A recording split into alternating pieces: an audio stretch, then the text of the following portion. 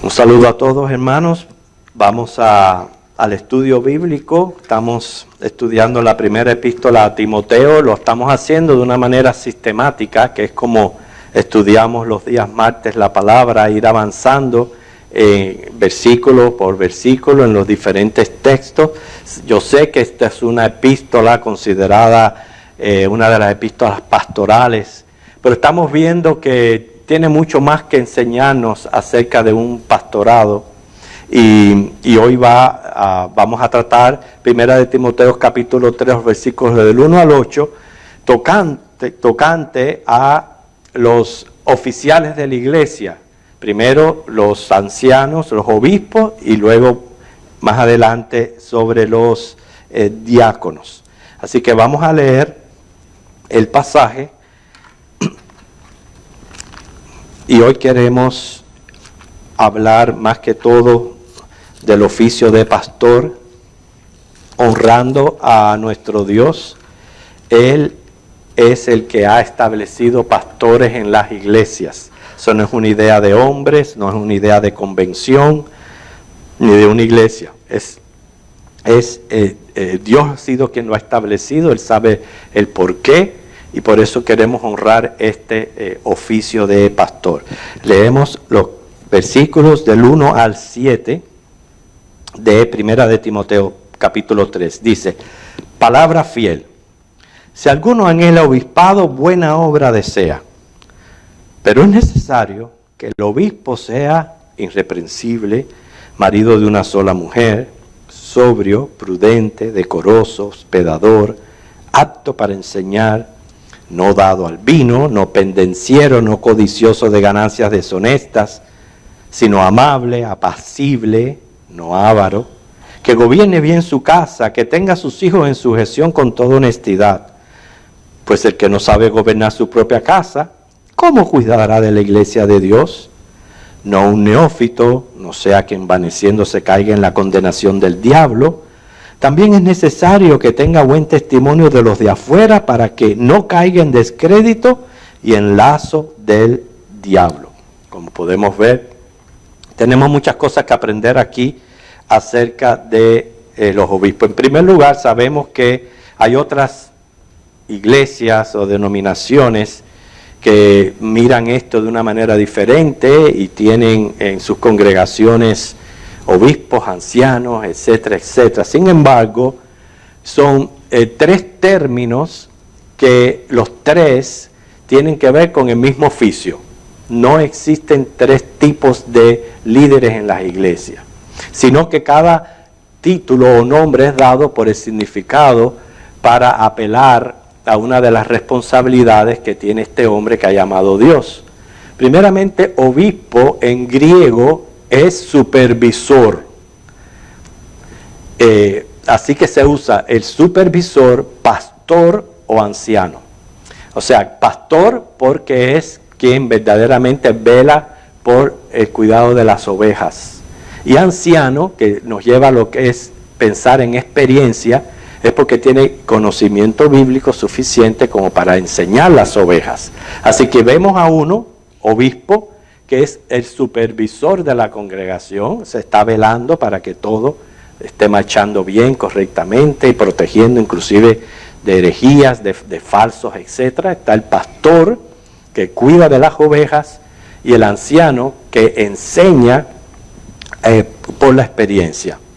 Así que por eso es que aquí vemos que dice, si alguien anhela obispado, o sea, si alguien anhela ser pastor. En este anhelo es donde se encuentra el llamado de Dios. Dios es el que llama. Y como Dios llama, Dios les capacita. Y la manera como Dios llama es obrando en el corazón de aquella persona. O sea, es algo especial. Solamente los que son llamados al pastorado, al liderazgo, lo pueden experimentar y pueden dar razón de lo que se siente. Porque es Dios llenando el corazón primero de amor hacia las personas. Porque si el pastor no tiene amor hacia las personas, no va a poder ejercer su ministerio.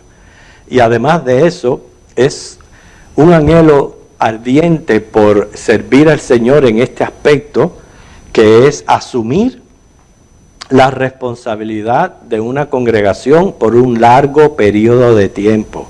Eso es lo que es un pastor.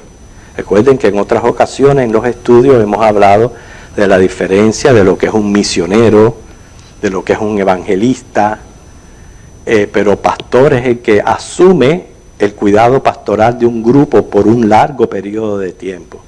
Y sabiendo aún así que van a haber muchas cosas positivas, pero también cosas verdaderamente negativas. Por eso es que el texto habla de las características de un pastor. Tenemos que considerar, cuando se están escribiendo estas epístolas, la iglesia estaba comenzando. Muchas de las congregaciones, que habían bastante, todavía no tenían un líder encargado de ellas, que les dirigiera. Por eso que se hacía más fuerte el trabajo de los apóstoles, porque tenían que estar visitando las regiones y visitando las iglesias para cerciorarse que estuvieran marchando bien. Pero era importante dejar a una persona encargada de esa congregación. Y no habían prácticamente cualidades descritas en ninguna otra parte. El Nuevo Testamento todavía no estaba completo, o sea, no circulaba.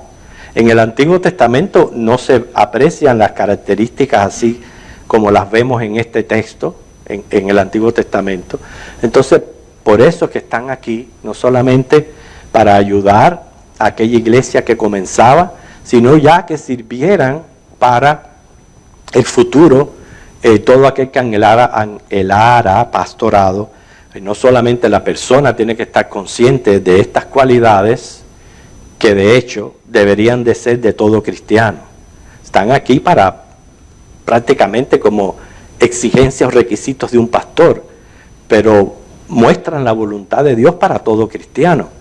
Pero el caso es que no solamente el pastor debe cerciorarse de tener estas características, no quiere decir que sea perfecto, pero tenerlas. Y segundo, para que la iglesia pudiera discernir verdaderamente quién es quién tiene un llamado, quién no, quién puede ser falso. Estas son cosas muy importantes para la iglesia. Ustedes son altamente responsables ante Dios de la persona que les habla. Ustedes le están prestando sus mentes a la persona que les habla. Las mentes son como esponja que van recibiendo, y eso que entra a la mente, tarde o temprano, va a ir afectando la manera como usted se siente, la manera de las cosas que usted hace. Y muchas veces hay personas que le prestan sus mentes a todos estos falsos que hay allá afuera y no se están dando cuenta del daño que se están haciendo. Por eso es que son responsables ustedes de la persona que tienen que les esté enseñando y les esté predicando. Por eso dice, si alguno anhela obispado, buena obra desea. ¿Okay? Y se dan inmediatamente los requisitos. Van a enfatizar 4 aspectos principales del líder de pastor. Primeramente, importante, o sea, esto es generalizando todas las cualidades que hay aquí, los requisitos. Primeramente, el carácter personal del pastor. El pastor debe de ser una persona que simpatice, que empatice con las personas. Su carácter personal es muy importante. Segundo, sumamente importante, el testimonio en su hogar. Recuerden, no podemos ser oscuridad de la casa y luz del mundo. Donde primero el pastor pastorea es su hogar, su esposa y sus hijos.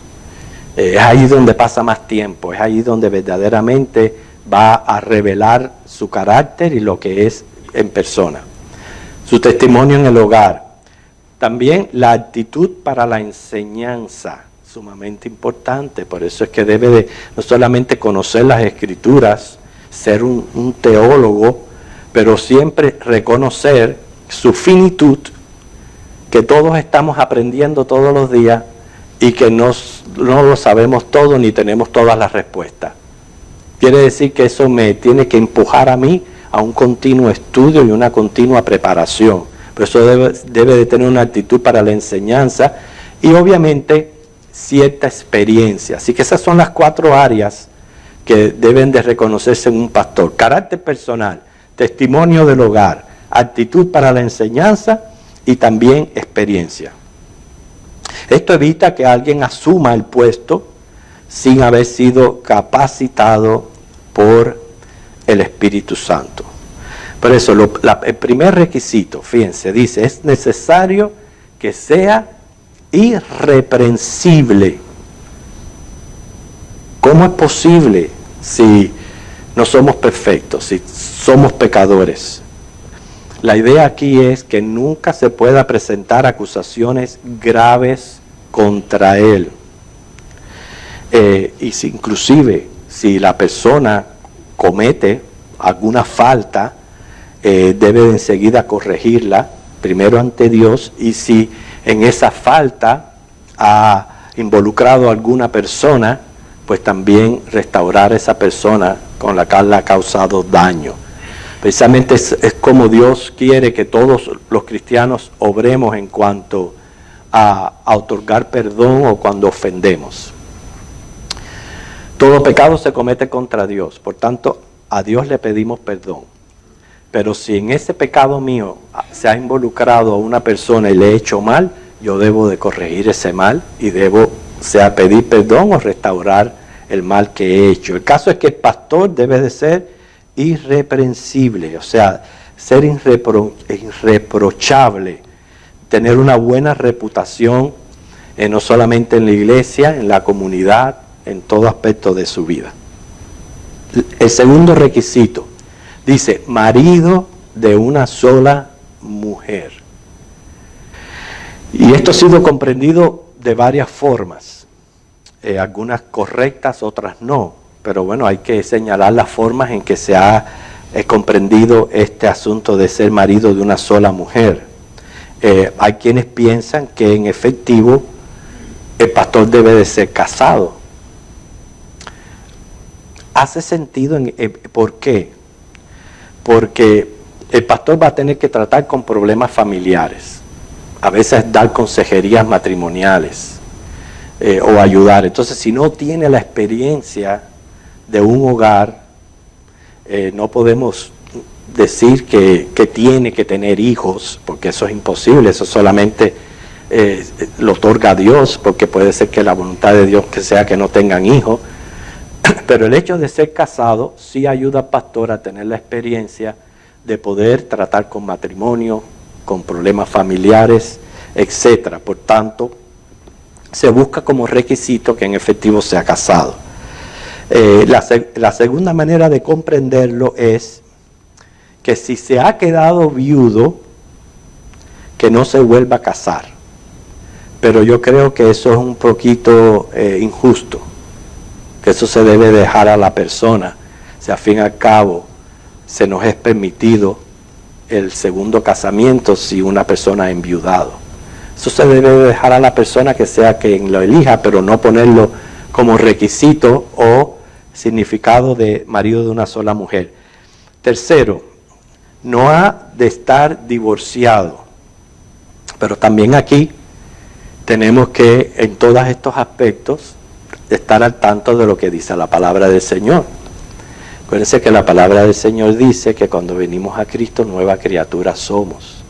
Por tanto, yo pudiera decir que no debe de estar divorciado después de Cristo. ¿Entiende lo que yo le digo? Después que recibe a Cristo, ya es una nueva criatura. De ahí en adelante sí no puede ser un divorciado. Pero lo que pasó en su vida anterior no debe de tomarse en cuenta, porque entonces estaríamos violando, quebrantando lo que la Biblia dice del efecto del Evangelio. La cuarta manera de comprenderlo es no haber sido culpable de infidelidad o irregularidades en el matrimonio. O sea que su vida moral ha de estar por encima de toda culpa. A eso sí tenemos que decirle amén. Obviamente que un pastor no debe de caer en infidelidad. En quinto lugar, no puede ser polígamo. Sabemos que hay ciertas religiones que practican la poligamia y pienso que el pastor no debe de ser polígamo, sino marido de una sola mujer. Precisamente por esta razón hablamos la semana pasada, cuando tratamos el lugar de la mujer en la iglesia, que lo único que no se le permitía a la mujer era pastorear. La mujer puede hacer de todo en la iglesia, menos ser pastor.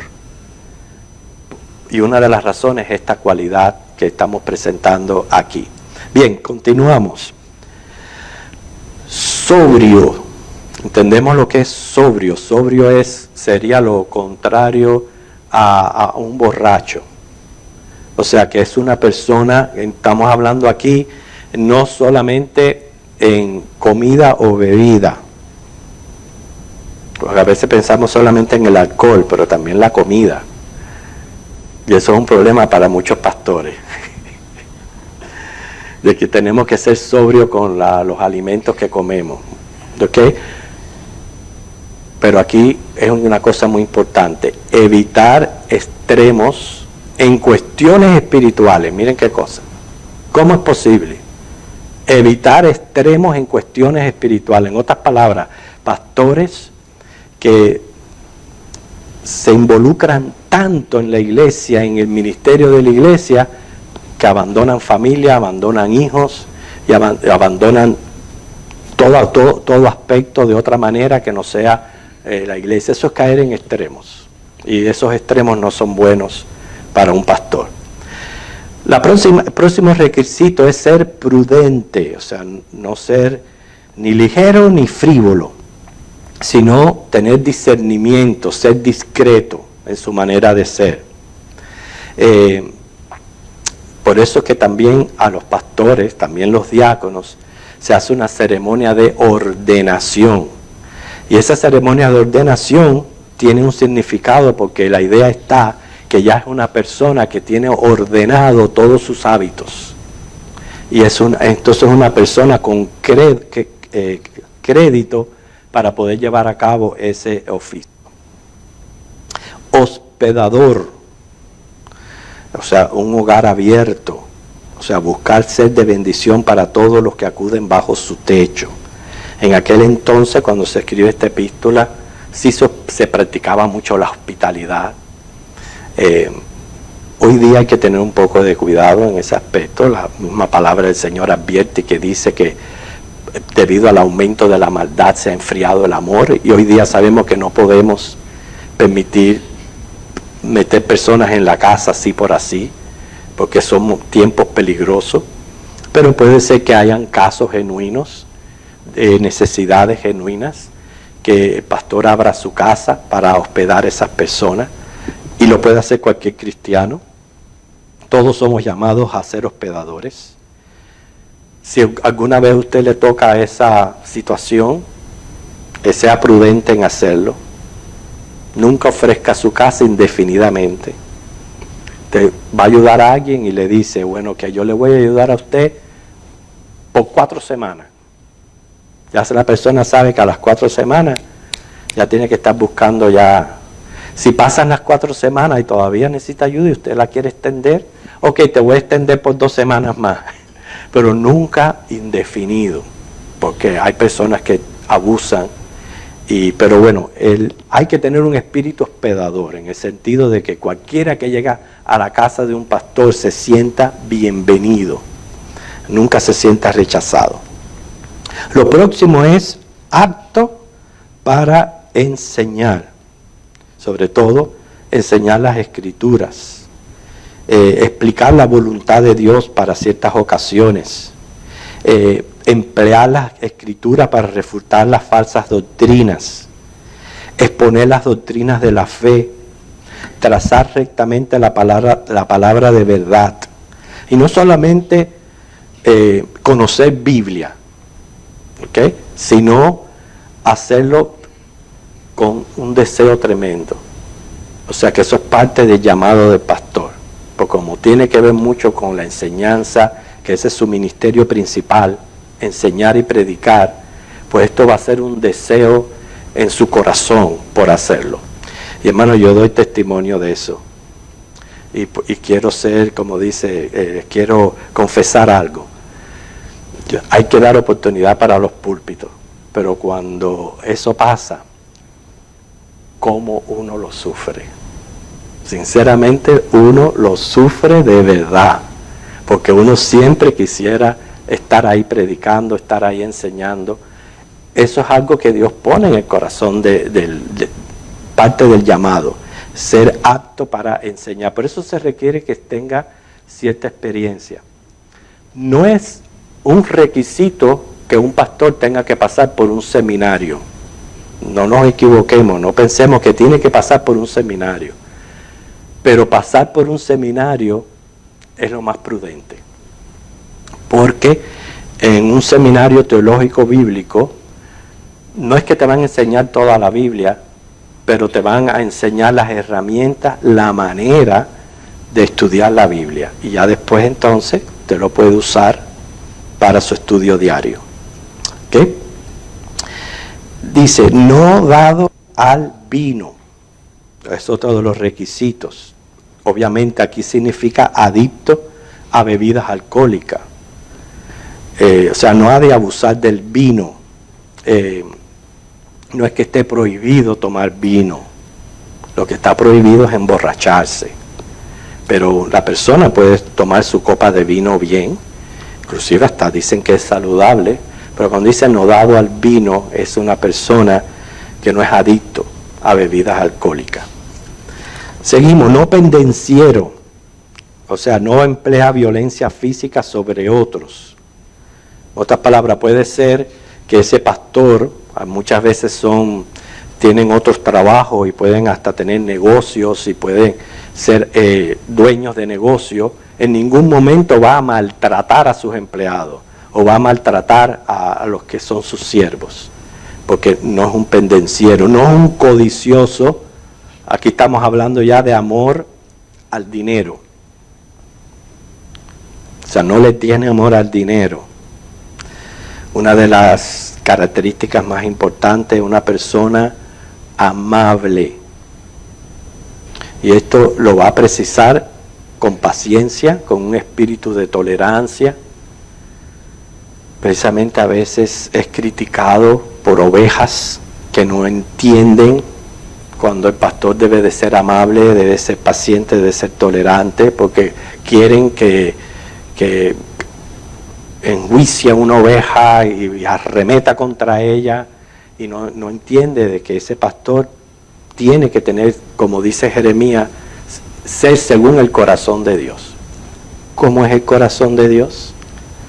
¿Acaso Dios nos aplasta lo primero que hacemos? Claro que no. Dios es muy misericordioso con nosotros. Así el pastor, sin ser indulgente, debe de ser misericordioso.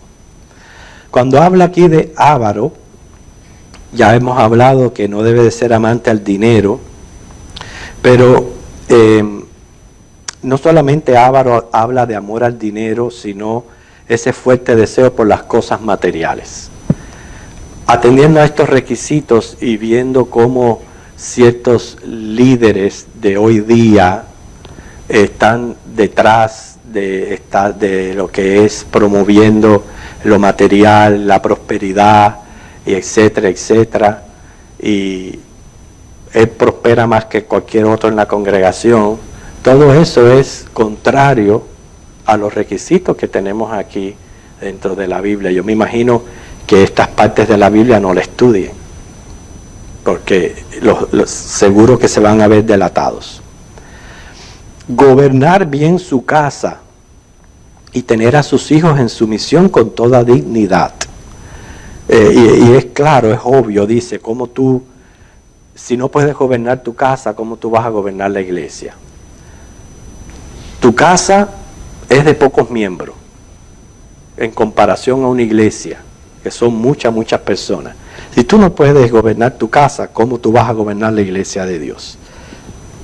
Por eso que es obvio que debe de gobernar bien su casa. Gobernar bien su casa es no solamente tener prioridades en orden, cumplir con sus responsabilidades como esposo, como padre, debe de cumplir con sus responsabilidades, sostener su casa. En otras palabras, pueden preguntarle a la esposa cualquier cosa en relación a él. Así que después del culto pueden ver a Marta. Preguntarle cualquier cosa, hermano, de verdad. Le pueden preguntar cualquier cosa. La esposa es el testigo número 1 y la evidencia más grande de los requisitos de un pastor. Porque verdaderamente ella es la que puede dar testimonio de cómo es su esposo.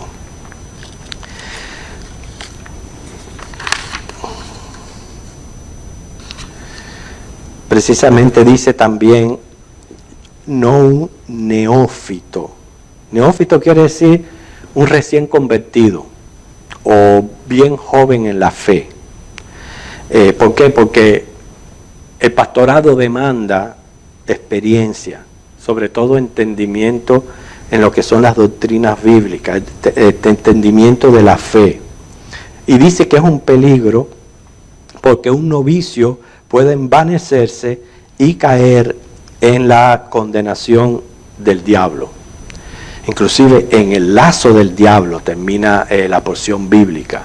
Lo que está queriendo decir no quiere decir que esa persona va a caer bajo el juicio del diablo, no. Sino para que no experimente lo mismo que experimentó el diablo. ¿Qué experimentó el diablo? Era un arcángel, el arcángel Lucifer, el más bello de todo. ¿Y qué quiso hacer Lucifer? Ocupar un lugar que no le correspondía, un lugar más alto, que no le correspondía. Y por eso cayó. Y esa es la idea que está aquí detrás de alguien que puede quizás anhelar un pastorado cuando no es llamado o verdaderamente todavía no está listo, preparado, que puede envanecerse y es ahí donde cae el lazo del diablo. O sea, en la misma condenación del diablo cae esa persona. Por eso, un obispo debe tener buen testimonio o reputación en la comunidad, tanto de los de afuera como los de adentro de la iglesia. O sea, en todo aspecto. Este lazo del diablo es esa trampa que pone a los que sus vidas no son consecuentes con su profesión. Créame que cuando el diablo ve a una persona haciendo esto, verdaderamente le va a atacar, porque es así como él puede destruir a los demás. Y por eso es que el obispo no solamente cerciorarse que tiene un llamado, que ha sido capacitado por Dios, sino siempre estarse encomendando y dependiendo de Dios en todo aspecto de su vida, porque puede ser presa del mismo diablo. Por eso, hermanos, tenemos aquí estos requisitos y estas cualidades que debe de tener un pastor para poder llevar a cabo su misión o su oficio para con la iglesia. O sea, ejercer un énfasis particular en ayudar a la iglesia, quizás a tomar decisiones. No es, fíjate que dice, no es quien gobierna la iglesia, sino quien cuida a la iglesia. El pastor no es cabeza de la iglesia. La cabeza es Cristo. Cristo es la cabeza de la iglesia. El pastor simplemente es un supervisor, alguien que Dios ha puesto y ha capacitado para supervisar, sobre todo proteger del error, proteger las herejías, diseminar la verdad. El propósito del pastor es que el grupo de creyentes maduren a la semejanza, a la estatura de Cristo. Fíjense, sí, debe de evangelizar, debe de ganar almas para Cristo, pero al fin y al cabo eso es una comisión de todos, también del pastor. Pero el pastor es responsable porque la iglesia sea edificada en conocimiento, que puedan crecer, que puedan madurar a la estatura de Cristo. ¿Okay? Y por eso los apóstoles ejercieron este papel hasta que fueron poniendo obispos o supervisores en cada una de las iglesias. Así que, hermanos, la semana que viene vamos a atender prácticamente las parecidas las características, pero ya dedicado a lo que es el otro oficio, que es el diaconado, o sea, lo que Dios requiere de los diáconos.